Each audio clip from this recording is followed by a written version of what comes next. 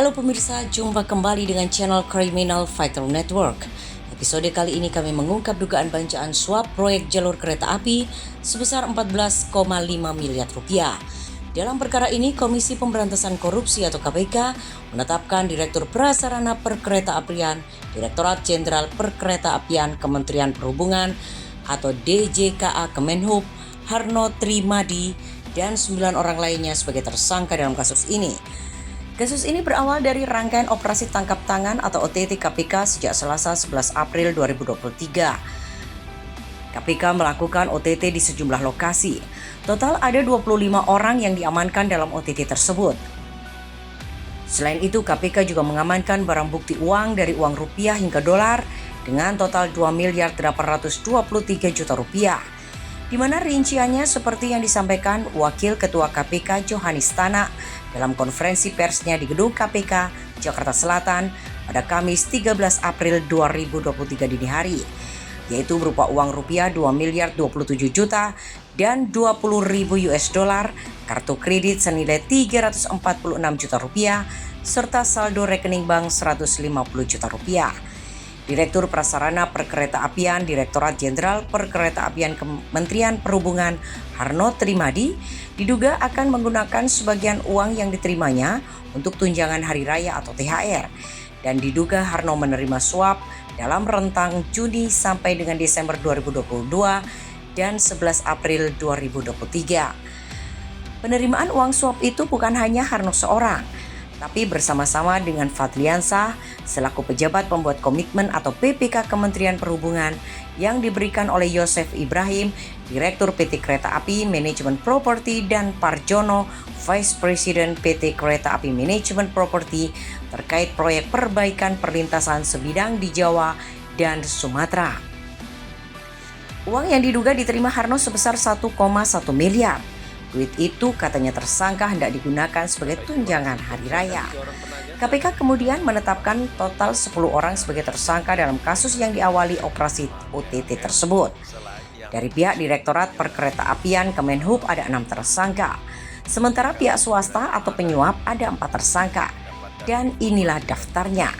Tersangka pemberi, Direktur PT Istana Putra Agung Dion Renato Sugiarto, Direktur PT Dwi Farita Fajar Harisma Muhammad Hikmat, Direktur PT KA Manajemen Properti sampai Februari 2023 Yosef Ibrahim, VP PT KA Manajemen Properti Parjono.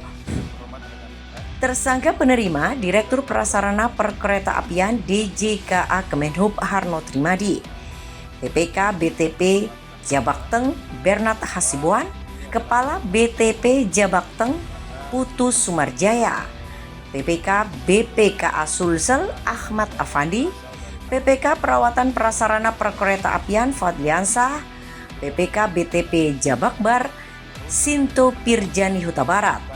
Sita uang sebesar 2,82 miliar. KPK mengungkap perkara ini terjadi di 4 proyek pembangunan dan pemeliharaan jalur kereta api oleh Dirjen Perkeretaapian Kemenhub pada tahun anggaran 2021 hingga 2022, baik di Jawa, Sumatera, dan Sulawesi, di mana nilainya kurang lebih 9 triliun rupiah. 4 proyek yang disebut diantaranya proyek pembangunan jalur kereta api Ganda Solo Balapan, Kadipiro, Galioso, proyek pembangunan jalur kereta api di Makassar, Sulawesi Selatan, proyek konstruksi jalur kereta api, dan 2 proyek supervisi di Lambekan, Cianjur, Jawa Barat. Proyek perbaikan perlintasan sebidang Jawa Sumatera. Yang menarik adalah jalur kereta api di Trans Sulawesi yang merupakan proyek prestisius dan merupakan jalur kereta api pertama di Sulawesi, di mana akhir Maret 2023 lalu barusan diresmikan oleh Presiden Joko Widodo dengan panjang jalur hampir 200 km. Ikut-ikut dikorupsi oleh para tersangka. Modus dugaan korupsinya menurut Johanis Tanak ada rekayasa di balik penentuan pelaksana proyek hingga pemenang tender.